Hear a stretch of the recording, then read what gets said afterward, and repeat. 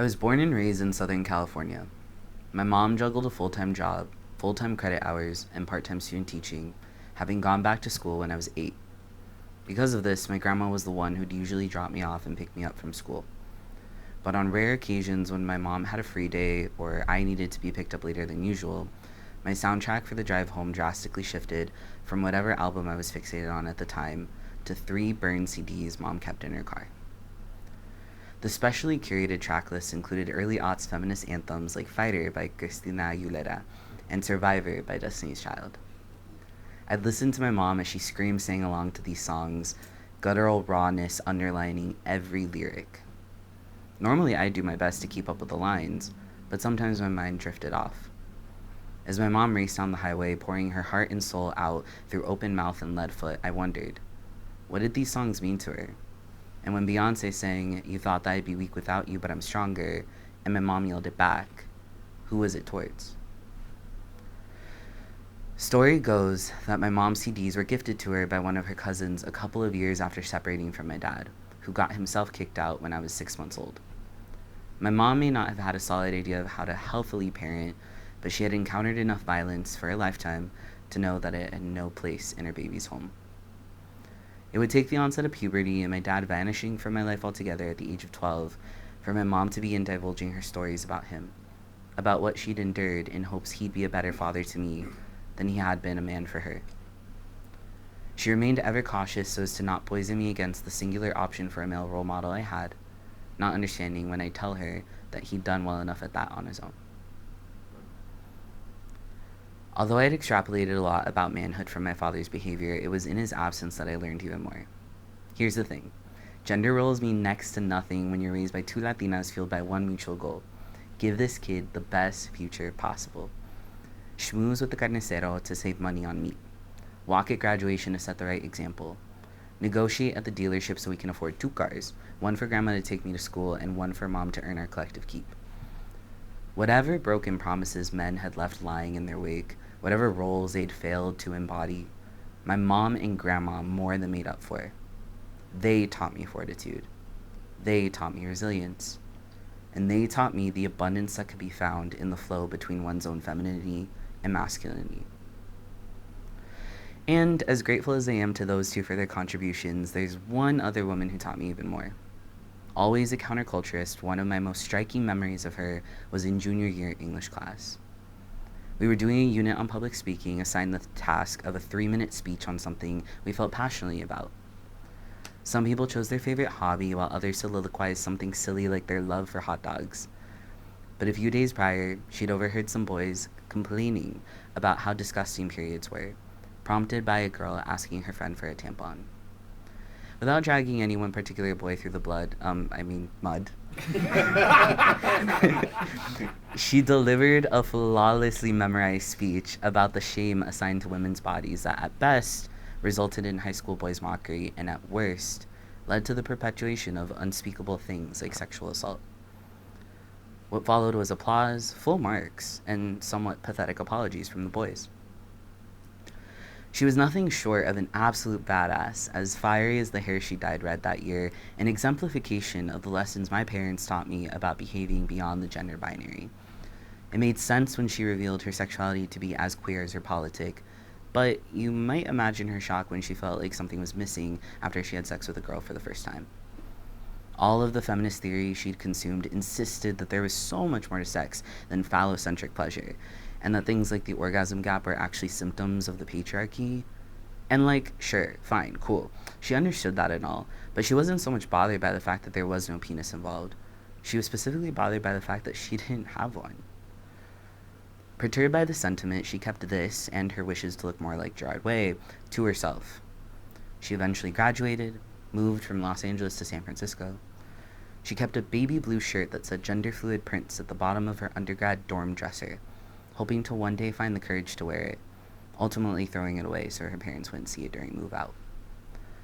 She left California to attend grad school in St. Louis, tried on they-them pronouns for a few years, felt far more affirmed than before, but always still like something was missing. A few more life-altering decisions and a new set of pronouns later, and here he is in front of you. looking nothing like Gerard Way, but no longer feeling like something's missing. Despite how wonderful transitioning has been, the thought that I've somehow betrayed the sisterhood I was born into stings me, not unlike my underwear when I was 11 on Christmas Day and had to start wearing pads.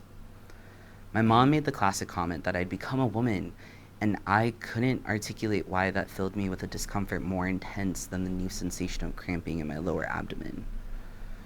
Feeling dysphoric and actually kind of disgusting, like my male classmates had once taunted, I began contending with the intimate understanding of what it meant to be a woman, as socially assigned and politically constructed, juxtaposed with the innate knowledge that I just wasn't one.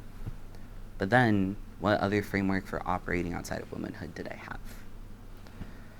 As I've since learned is the case for many men, I struggled to connect with my manhood because I never had many other men in my life, much less ones who positively impacted those around them.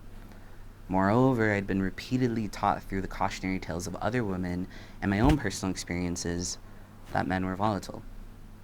Even today, I found myself surrounded by women as incredible as the two who raised me, and unfortunately just as traumatized and hurt by what certain men emboldened by larger systems have done to them. One friend consoles another with the refrain, "Ugh, men are the worst," in a group chat where I'm the only guy.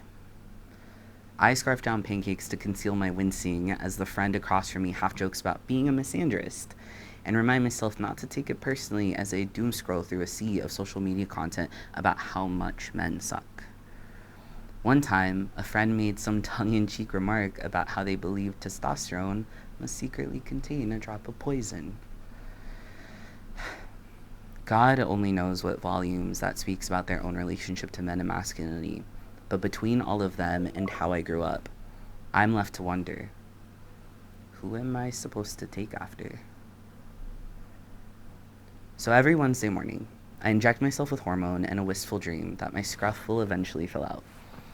And I whisper underneath the same breath that prays for this masculinization, I hope I don't remind mom too much of dad. I do the daily mental math of calculating how I can possibly wield male privilege now that I pass, while adjusting for the possibility that it all goes out the window if someone finds out I'm trans. I walk a respectful distance and slow my pace when a woman is in front of me, my neck tensing slightly as it remembers the haste with which it also used to glance behind. And I shrink.